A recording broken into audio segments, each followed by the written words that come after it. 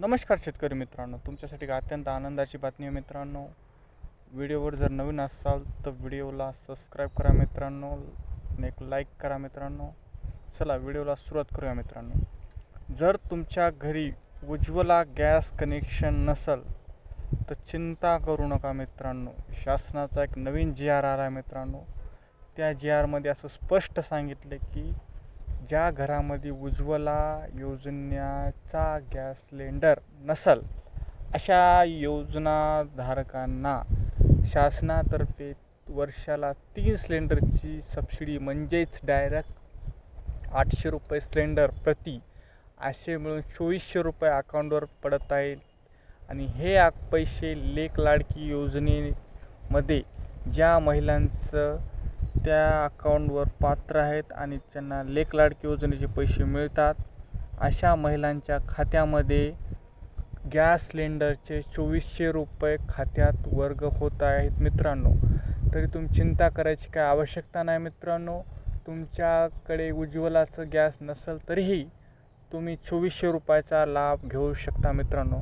फक्त तुम्हाला एवढंच काम करायचं आहे मित्रांनो.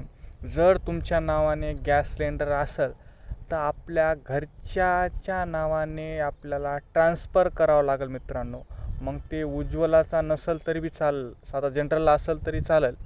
फक्त तुम्हाला त्या महिलांच्या नावाने ट्रान्सफर करावं लागेल मित्रांनो. ज्यावेळेस तुमचं ट्रान्सफर होईल आणि त्या महिलेच्या नावानं तुमचा गॅस सिलेंडर होईल त्यावेळेस तुमच्या अकाउंटमध्ये 15 ऑक्टोंबरच्या अगोदर तुमच्या खात्यात 2400 रुपये वर्ग होतील मित्रांनो. हे तुम्हाला लवकरात लवकर ट्रान्सफर करून घ्यायचं मित्रांनो.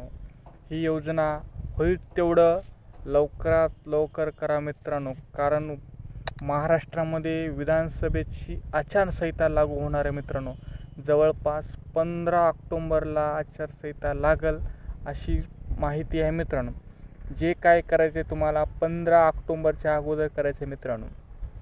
लवकरात लवकर तुमच्या घरच्याच्या नावाने गॅस सिलेंडर ट्रान्सफर करून घ्या मित्रांनो. मग आईच्या असो, आपल्या घरच्यांच्या असो, कोणाच्या बी असो, ज्या महिला लेक लाडकी योजनेमध्ये पात्र आहेत अशांच्या नावाने तुम्हाला ट्रान्सफर करायचं आहे मित्रांनो.